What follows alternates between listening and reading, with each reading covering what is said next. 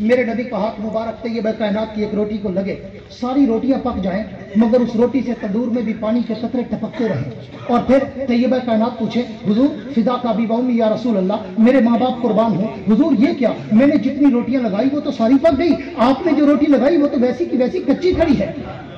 حضور نے فرمایا عائشہ کان گڑوا لو، نئے پرانو میرے جملوں پہ توجہ کرنا اور صحابہ کے عشق کے محبت کے سمندر کو مجزن کرنا۔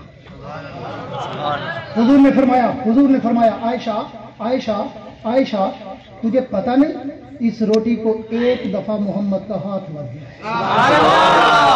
دل سے کہہ دو سبحان اللہ، تاکہ میں اس پھول کی پتی کو مزید کھولوں، نکھیروں، اس کی مہکیں پیش کروں۔ عائشہ تمہیں پتہ نہیں ہے اس روٹی کو ایک دفعہ، only one touch, don't second, only one، ایک دفعہ، کیوں؟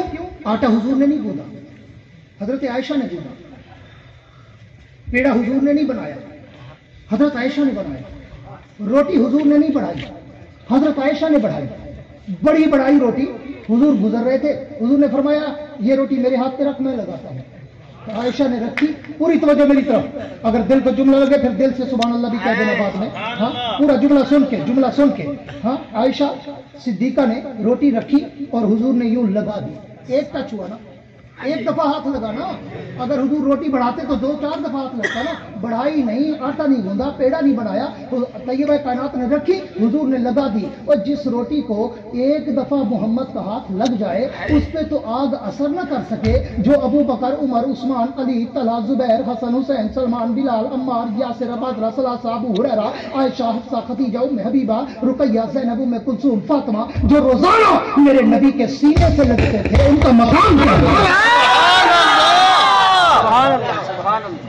توور میں اگر کسی کو انگلی کا اشارہ کرے لوگ کہتے ہیں خبردار، انگلی کھڑی تھی ہاتھ کاٹ دوں گا، میرا نبی انگلی کا اشارہ کرے چاند ٹکڑے ہو کر کھلونا بن جائے، میرا نبی انگلی کا اشارہ کرے سورج واپس آ کے نماز کا وقت دوڑائے، میرا نبی انگلی کا اشارہ کرے پہاڑوں کے پتھر بھی کلمہ پڑھتے نظر آئے، میرا نبی انگلی کا اشارہ کرے درختوں کے پتوں سے بھی نبی کے کلمے کی آواز آنے لگ جائے، میرا نبی انگلی کا اشارہ کرے درخت زمین چین کر نبی کے قدموں کے بوسے لینے آئے، میرا نبی انگلی کا اشارہ کرے ابو جہل کی مٹھی میں پتھر بھی محمد مصطفیٰ کا کلمہ پڑھتے نظر آئے۔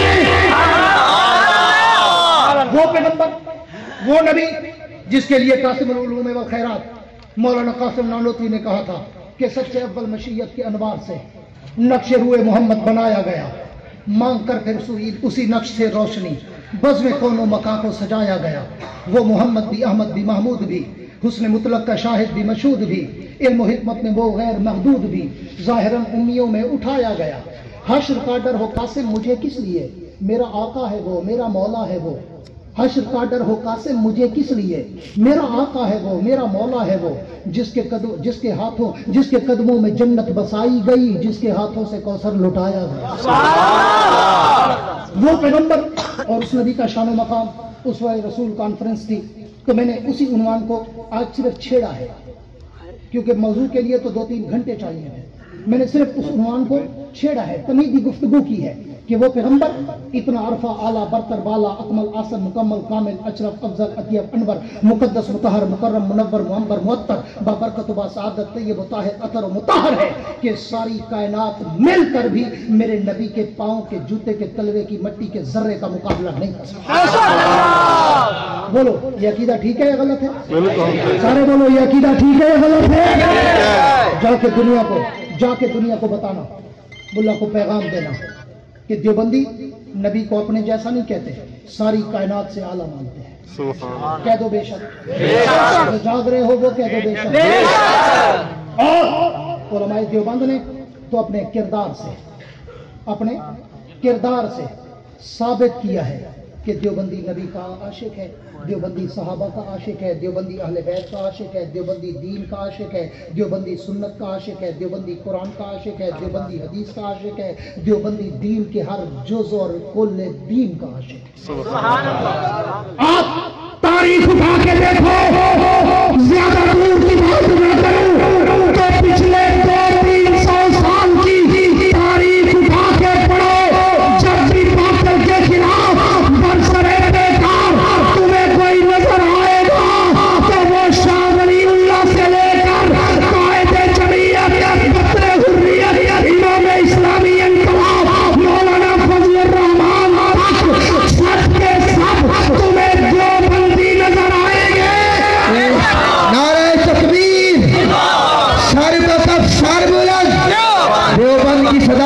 ہاتھ بلند کر کے سر بکف سر بلند، سر بکف سر بلند، سر بکف سر بلند۔ علامہ یحییٰ عباسی صاحب، جمعیت علماء اسلام، نعرہ تکبیر۔ اس لیے تو کسی نے کہا تھا کہ دیوبند کی عظمت کو ترازو میں نہ تولو، دیوبند تو ہر دور میں انمول رہا ہے۔ شاد باد و شاد زی اے سرزمین دیوبند، دہر میں تو نے کیا اسلام کا جھنڈا بلند۔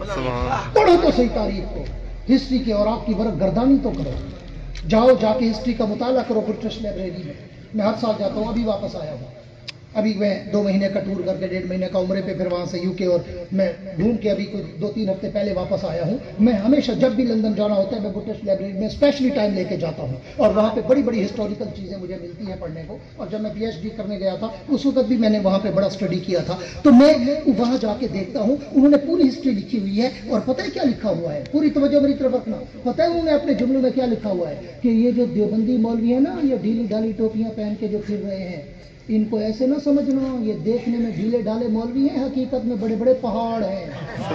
یہ انگریزوں کا جملہ ہے، وہ کہتے ہیں ان کے ڈھیلے ڈھالے صوفی کو بھی پہاڑ سمجھنا، یہ پہاڑوں سے کم نہیں ہے۔ دیوبند نے پوری تاریخ بھری پڑی ہے، مالٹا کی جیلیں پڑھو، انڈومان کے جزیروں کو پڑھو، ہاں، اور اسی طرح تحریک ریشمی رومال کو پڑھو، اور تحریک انقلاب کو پڑھو، تحریک خلافت کو پڑھو، ہاں، اور تحریک ختم نبوت کو پڑھو، تحریک احرار کو پڑھو، تحریک ترک موالات کو پڑھو، ہاں، جس تحریک کو بھی پڑھو گے سب سے آگے اس کی قیادت اور امامت کرتے ہوئے تمہیں میرے اکابر علماء دیوبند نظر آئیں گے۔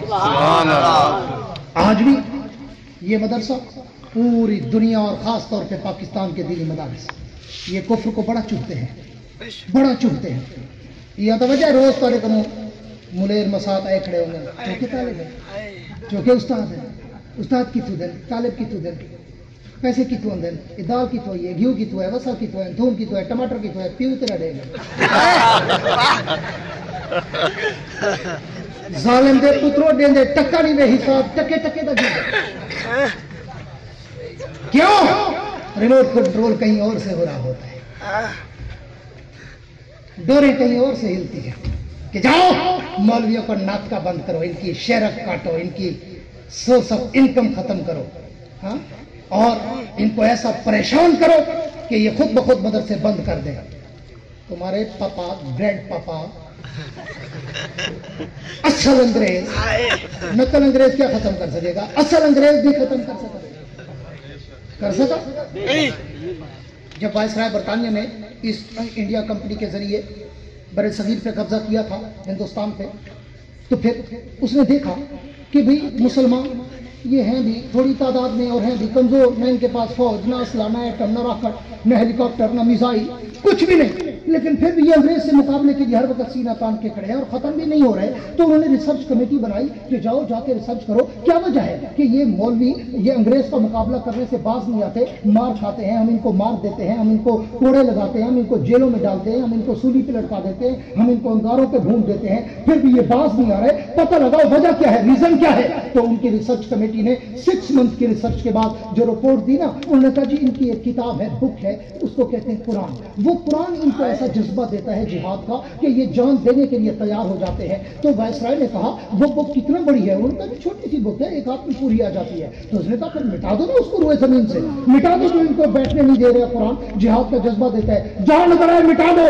6 مہینے کا وقت وائسرائے برطانیہ نے دیا اور 3 لاکھ فوج بھیجی کہ پورے برے صغیر میں پھیل جاؤ، جہاں جہاں قرآن نظر آئے مٹاتے جاؤ، جلاتے جاؤ، پانی میں بہاتے جاؤ۔ 3 لاکھ فوج نے 6 مہینے لگا کر پورے برے صغیر سے قرآن مٹا دیا۔ کوئی گردے پہ لکھا ہوا، لکڑی پہ لکھا ہوا، لکڑی پہ لکھا ہوا، پہ لکھا ہوا، پہ لکھا ہوا،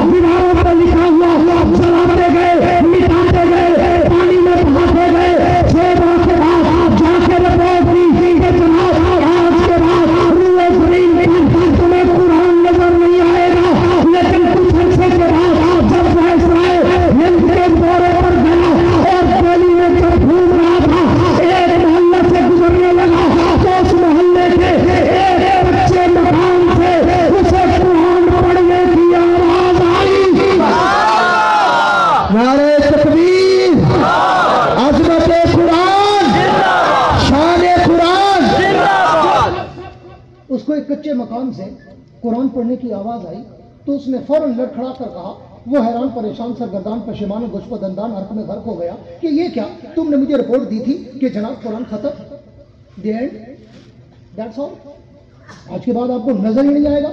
تو یہ آواز کہاں سے آ رہی ہے؟ فوراً گھوم رہے تھے وہاں بھی اسپیشل فورس والے، گھسے اس مکان میں کہ ابھی جا کے دیکھتے ہیں کون ہے. پوری توجہ رکھنا، بات کو وائنڈ اپ کرنے چلا ہوں. اندر گھسے، جا کے دیکھتے کیا ہے کہ ایک 12 سال کا نابینا بچہ بیٹھ کے جھوم جھوم کے قرآن دل سے کہہ دو سبحان اللہ، جھوم جھوم کے قرآن پڑھ رہا ہے. تو اس وقت کا جو چیف آف آرمی اسٹاف تھا نا ہند کا، اس نے فوراً وائسرائے کے سامنے ایکسکیوز کرتے ہوئے ہاتھ باندھ کر کہا، سر سوری، ہم اپنی شکست تسلیم کرتے ہیں، ہم اس بک کو ختم نہیں کر سکتے، ہم اس ایک کتاب کو ختم نہیں کر سکتے. اس نے کہا وائے، ریزن، کیوں، وجہ، کیوں ایک کتاب کو تم ختم نہیں کر سکتے؟ تو توجہ کرنا، میرے اس جملے کو بہت بڑا جملہ سمجھنا اور سینے میں رکھنا. اس نے کہا وائسرائے، ہم نے قرآن کو گتوں میں، لکڑی میں، کتابوں میں، تختیوں میں، دیواروں میں، جہاں جہاں دیکھا ہم نے اسے جلا دیا، مٹا دیا، پانی میں بہا دیا، لیکن ان مولویوں کا کیا کریں، انہوں نے تو نابینا بچوں کے سینوں میں قرآن چھپا دیا ہے، وہاں سے نکال کے ایسے جلا دیا. سبحان اللہ. یہ ان مدارس کی محنت ہے، ان علماء، ان حفاظ، ان قراء کی محنت ہے. ہاں، ان کو داد دیا کرو، ان پہ تنقید نہ کیا کرو، دوربین لگا کے ان کے عیب نہ ڈھونڈا کر رہے ہیں. تھوڑے کو بلائی 1000 درجے چنگے ہوں گے، جتنا گندے تھی گئے تھوڑے کو 1000 درجے چنگے ہوں گے. دوربین لگا کے مولویوں کے عیب تلاش کرتے ہیں. دیکھو میں جہاں چودھری چٹے کپڑے والا مولوی میں ہو گئے، والتا ہی میں کو بیاہ کیا پیسے بچ کو گئے. اس لیے ان علماء کی قدردانی کیا. یہ بوریا نشین ہیں، یہ سادے علماء ہیں، یہ داڑھی ٹوپی والے، یہ مسجد مدرسے والے، یہ کچی کچی اینٹوں والے.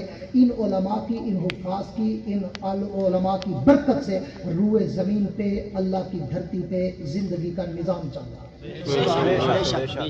کیوں؟ اس لیے کہ حدیث میں ہے، اللہ کے پیغمبر فرماتے ہیں، اللہ کا وعدہ ہے جس دن روئے زمین پہ میرا نام لینے والا کوئی نہ رہا، میں قیامت برپا کر دوں گا. تو یہ دنیا کی بقا کے ضامن ہے.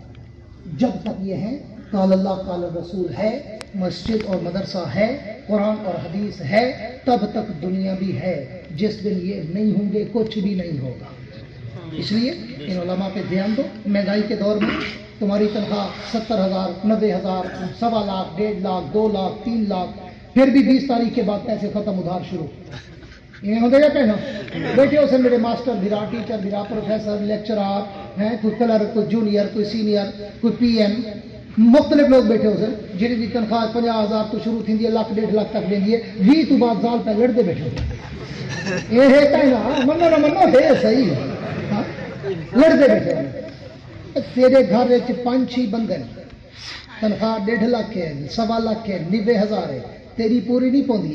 جڑے مدرسے والا 200-300 طالب بھی نہیں بیٹھے تھے، 2 ٹائم ٹکر کھویندا بیٹھے ہیں، انہیں کو کتاباں، بجلی، پانی ہر شے دیندا بیٹھے، انہیں تے کیا گزرتی پئی اسی. گھر بیٹھے سوچا کر. ان علماء سے تعاون، ان کی خدمت، ان مدارس کی مدد اس دور میں تم پہ فرض عین ہے. جو مہنگائی کا طوفان آیا ہوا ہے، آپ کو پتہ ہے کہ خالی بجلی کا بل ہی بھرنے سے نہیں آتا. میں تو اللہ کی قسم، جب یہ مولانا شفیق الرحمان صاحب، مولانا شفیق صاحب، مولانا کے صاحبزادے یہ رپورٹ پیش کر رہے تھے نا کہ ہمارا روز کا 3-4 کلو گھی لگتا ہے، اور ہمارا روز کا 2 من آٹا لگ جاتا ہے، اور روز کی 4-5 کلو دال لگ جاتی ہے. اللہ کی قسم میں پیچھے بیٹھ کے سوچ رہا تھا، میں بھی محترم ہوں، میرا بھی مدرسہ ہے، دنیا کو پتہ ہے. میں سوچ رہا تھا کہ یار 170 بندے کا کھانا پکے، میں 4 کلو دال پوری کیوں کریں گے؟ وہ برکت ہے، بغیر برکت دے تو چلتا کہ نہیں ہے نا. کیویں پوری کرنا اس نے وہ دال ہے نا جن دے بارے بچپن میں استاد نے مسئلہ پوچھا سے، استاد جی یہ دال نال وضو تو جائز ہے، غسل جائز ہے؟ کیونکہ دال کا وچ لبڑی کہنی نا ہونا تو پانی ہے. اولا استاد ہے استاد جی وضو تو جائز ہے، پکی گل ہے، دیکھو غسل جائز ہے. 4 کلو دال، 4 کلو 3 کلو روز کا خرچ گھیو دا. میں پریشان بیٹا، میں کہ میرے مدرسے کا 3 گھیو دا روز لگ گیا. 3 کلو نال کیویں گزارا کر گندن، 4 کلو نال کیویں گزارا کر گندن، 2 من اٹے نال کیویں رجا گندن. میرا تو 8 to 9 من ڈیلی دا آٹا لگ گیا. بہرحال مدارس والے بہت پریشان ہیں، ان کی پریشانی کو سمجھو، ہنسی میں بات کو ٹال نہ دینا، ان کا تعاون کرنا، گندم میں بھی، نگد میں بھی، ہمیشہ اور خاص طور پر میں ایک اور بات کی طرف بھی آپ کی توجہ دلانا چاہتا ہوں کہ قائد جمعیت، مفکر اسلام، بطل حریت، امام اسلامی انقلاب حضرت مولانا فضل الرحمان نے جو فلسطین کے مجاہدین کے لیے، غزہ کے ان شہیدوں کے لیے جو ایک توانا آواز بلند کی ہے نا، پوری دنیا نے بھی مانا ہے، اور خاص طور پر فلسطین کے حماس کے رہنماؤں نے اور ان مجاہدوں نے بھی مانا ہے کہ پوری دنیا میں اگر ہمارے حق میں کوئی مضبوط آواز اٹھی ہے تو وہ مولانا فضل الرحمان کی آواز۔ سبحان اللہ۔ الحمدللہ یہ انہوں نے تسلیم کیا ہے، لیکن ہم نے صرف آواز نہیں اٹھانی، قائد جمعیت نے ہمیں آواز دی ہے، پورے پاکستان کے لوگوں کو آواز دی ہے کہ اپنے ان فلسطین کے مجاہدوں کے ساتھ مالی تعاون کرو تاکہ وہ بیچارے اپنے مالی مشکلات سے نجات پائیں، اور اس کے لیے انہوں نے جمعیت علماء اسلام کی ہر تحصیل کے ذمے انہوں نے 5-5 لاکھ روپیہ لگایا ہے۔ تو میں بھی چندہ نہیں کرتا، نہ میں چندے والا ہوں، نہ میں نے زندگی میں کبھی چندہ کیا ہے، الحمدللہ، ٹھیک ہے، میں چندہ نہیں مانگ رہا، صرف آپ کی توجہ دلا رہا ہوں کہ آپ کے ساتھ ہمارے جمعیت علماء اسلام کے حضرات صوفی معین الدین صاحب ہمارے تحصیل کے امیر ہیں، مولانا سید آصف شاہ صاحب ہمارے تحصیل کے جنرل سیکرٹری ہیں، قاری عزیز الرحمان صاحب بیٹھے ہیں، رانا طارق صاحب بیٹھے ہیں، اور بہت سارے احباب یہاں جمعیت کے ہیں، وہ آپ سے انفرادی رابطے کریں گے، آپ کی مسجدوں میں آئیں گے، آپ کی دکانوں پہ آئیں گے، آپ ان کے ساتھ یقین کے ساتھ تعاون کرنا کہ آپ کی ایک پائی بھی کہیں ضائع نہیں ہوگی، جو آپ رقم دیں گے ایک ایک روپے کا حساب کر کے قائد جمعیت تک پہنچے گا، اور قائد جمعیت وہ ساری رقم جا کے فلسطین کے سفیر کے ہاتھ میں دیں گے انشاءاللہ، کہہ دو انشاءاللہ، ہم کریں گے انشاءاللہ۔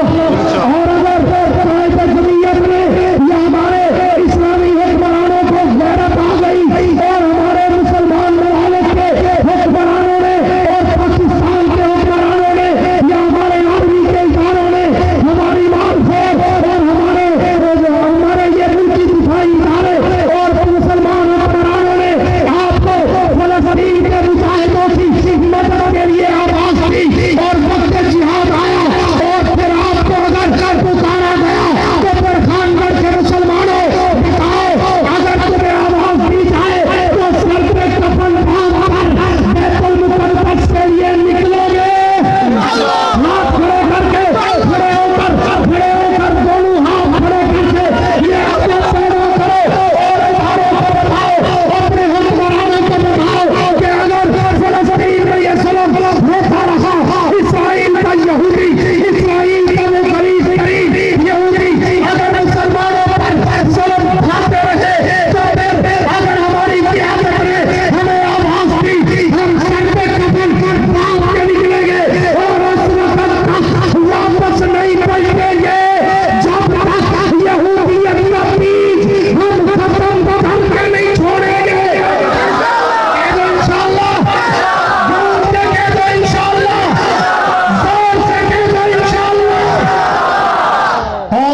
آخر میں ایک نعرہ لگانا چاہتا ہوں اور آپ کی گونجتی آواز سے اس کا جواب سننا چاہتا ہوں، فلسطین، فلسطینی مجاہدین، اسرائیل، اسرائیلی یہودی، اسرائیلی ظالم، اسرائیلی دہشت گرد، فلسطین سے رشتہ کیا؟ دوسرے جواب آئے، فلسطین سے رشتہ کیا؟ دعا ہے اللہ ہمیں توفیق دے کہ ہم دنیا کفر کو اکٹھے ہو کر مکہ بنا کر ان کے منہ پہ مارے اور انہیں جواب دے۔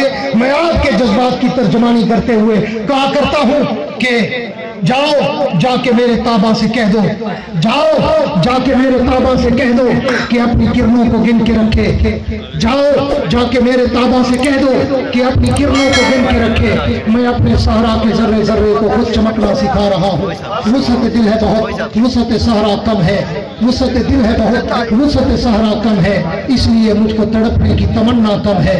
اب جس کے جی میں آئے وہ لے اس سے روشنی، ہم نے تو دل جلا کر سر عام رکھ دیا ہے۔ سب حضرات بیٹھے تشریف رکھیں، ہمارے انتہائی محترم مہمان ہیں حافظ ابو بکر مدنی صاحب، الحمدللہ وہ ابھی آپ کے سامنے اپنا نعتیہ کلام پیش کریں گے۔ وآخر دعوانا ان Subscribe to our channel by clicking the subscribe button. Click the bell button and enjoy the latest uploads from our channel.